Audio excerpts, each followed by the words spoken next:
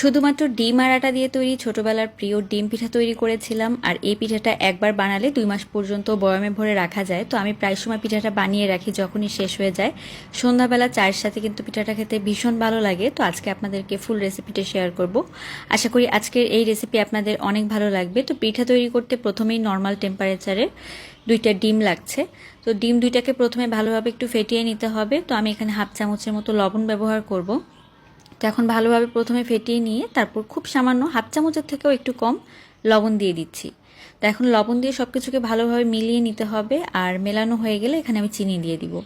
তো আমি 4 টেবিল চামচ পরিমাণে এখানে চিনি দিচ্ছি। এই পিঠা মিষ্টিটা খুব লাইট হবে, খুব বেশি মিষ্টি দিলে পিঠাটা ভালো লাগবে না। তো আমি এখানে 4 টেবিল চামচ পরিমাণে চিনি দিয়ে দিচ্ছি।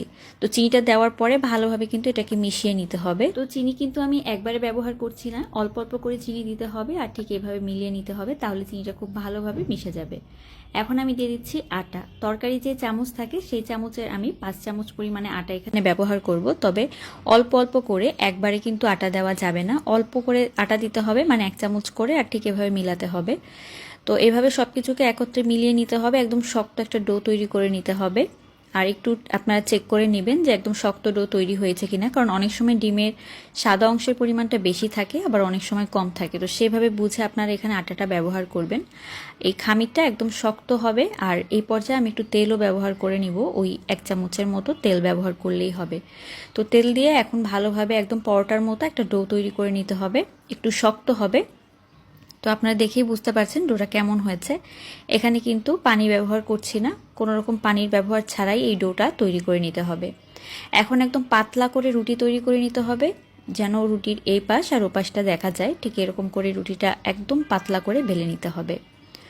তো রুটি বেলা হয়ে গেলে আপনারা যে কোনো ধরনের ডিজাইন করতে পারেন, তবে আমি আপনাদেরকে একদম সহজভাবে একটা ডিজাইন তৈরি করে দেখাচ্ছি। তো রুটি পাতলা করে বেলা হয়ে গেলে এখন এখানে ওই যে কোনো একটা কৌটার মুখটি বা ঢাকনা দিয়ে ঠিক এরকম করে গোল গোল করে কেটে নিয়ে জাস্ট এরকম শাড়ির কুচির মতো করে নেবেন।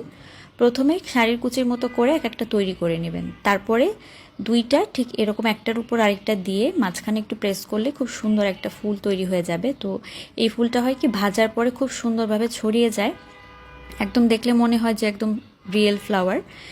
তো ঠিক এইভাবেই আমি প্রত্যেকটা পিঠা তৈরি করে নিচ্ছি। তো আপনারা যে কোনো ধরনের ডিজাইন করতে পারেন, তবে আমি আপনাদেরকে সহজ আর সুন্দর একটা ডিজাইন তৈরি করে দেখাচ্ছি। তো আমি সবসময় এইভাবেই ডিজাইনটা করে থাকি। এখন আপনাদেরকে পিঠাগুলো আমি দেখাচ্ছি। তো দেখেন কতগুলো পিঠা তৈরি হয়েছে। এগুলোকে এখন ডুবো তেলে ভাজতে হবে। তো চুলার জাল মিডিয়াম লোতে রেখেই পিঠাগুলোকে ভেজে তুলতে হবে। আর দেওয়ার পরে দেখতে পাচ্ছেন ফুলে উঠেছে, উপরটা একদম ক্রিস্পি হবে।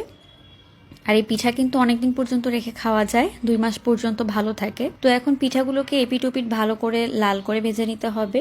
তো একদম লাল হয়ে গেলে পিঠাগুলোকে কিন্তু তুলে নিতে হবে। খুব বেশি গাঢ় কালার করলে হবে কি পিঠাগুলো কিন্তু ভাজার পরে অনেক বেশি ডিপ হয়ে যাবে, দেখতে ভালো লাগবে না। ঠিক এরকম পর্যায়ে চলে আসলে পিঠাগুলোকে একদম তেল থেকে উঠিয়ে নিতে হবে। তো দেখতে পাচ্ছেন তেল থেকে ভালো করে উঠিয়ে নিচ্ছে একদম ছেঁকে।